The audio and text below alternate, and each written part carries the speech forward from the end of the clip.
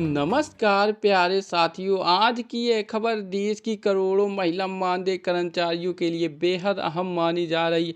आज वित्त मंत्रालय से सामने आई जानकारी ने देश भर की आशा, आंगनबाड़ी, रसोइया, जीविका देवी दीदी, एएनएम, जीएनएम और एनएचएम और मानदेय पर कार्यरत कर्मचारियों के बीच तेज कर दी है। चर्चाएं तेज हो चुकी हैं। साथियों, देश का आम बजट पेश होने के बाद अब उसके प्रभाव साफ तौर पर दिखाई दे रहे हैं। सरकार की ओर से मानदेय कर्मचारियों को लेकर लिया गया निर्णय आज कर्मचारी जगत में सबसे बड़ी चर्चा का विषय बन चुका है।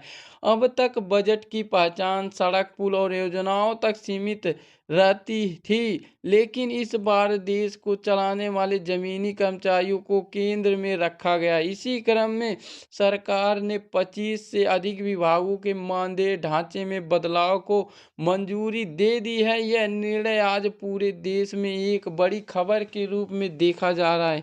आज की उपलब्ध जानकारी के अनुसार 25 विभागों के मानदेय में संशोधन दर्ज किया गया है।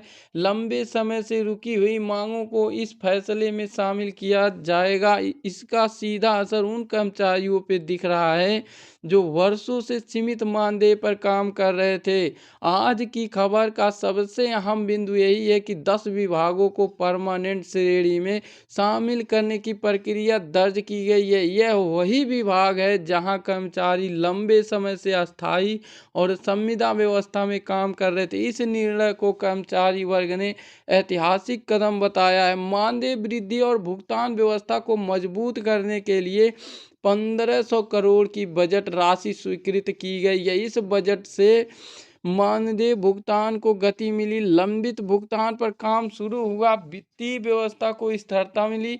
अब बजट नहीं है जैसी स्थिति पर विराम दिखाई दे रहा है। आज की स्थिति में इस निर्णय का असर स्पष्ट रूप से दिखाई दे रहा है। आशा वर्कर, आंगनबाड़ी कार्यकर्त्री व सहायिका, मध्याह्न भोजन रसोइया, जीविका दीदी, शिक्षा मित्र, एनएचएम और संविदा कर्मी, इन सभी वर्गों में आज चर्चा, संतोष और उम्मीद का माहौल नजर आ रहा है। आज की जानकारी के अनुसार आशा वर्कर मासिक मानदेय और प्रोत्साहन राशि पर स्पष्टता, कार्य आधारित भुगतान प्रणाली को बल और आंगनबाड़ी कार्यकर्ती इंसेंटिव संरचना में सुधार, सम्मानजनक भुगतान व्यवस्था, रसोइया बहने मानदेय में संशोधन, राज्यों के बीच अंतर कम हुआ, संविदा कर्मचारी भुगतान प्रणाली अधिक व्यवस्थित, नौकरी संबंधी सुरक्षा पर चर्चा तेज हुई।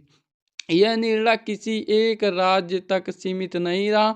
28 राज्यों में इसका असर दर्ज किया गया है। ग्रामीण क्षेत्रों से लेकर शहरी इलाकों तक महिला कर्मचारियों की आर्थिक स्थिति की चर्चा तेज हो चुकी है। आज की स्थिति साफ साफ बताती है कि मानदेय कर्मचारी अब प्राथमिकता में शामिल है। सरकार और कर्मचारियों के बीच संवाद मजबूत हुआ, वर्षों पुरानी मांगों को जगह मिली। यह फैसला कर्मचारी हितों से जुड़ा एक बहुत बड़ा मोड़ माना जा रहा है।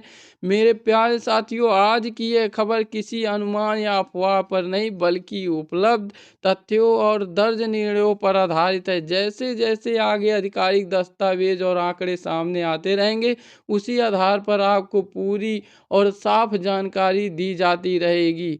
आई होप दोस्तों वीडियो पसंद आया तो चैनल को लाइक और सब्सक्राइब जरूर करें। फिर मिलते हैं किसी और वीडियो के साथ, तब तक के लिए जय हिंद, जय भारत।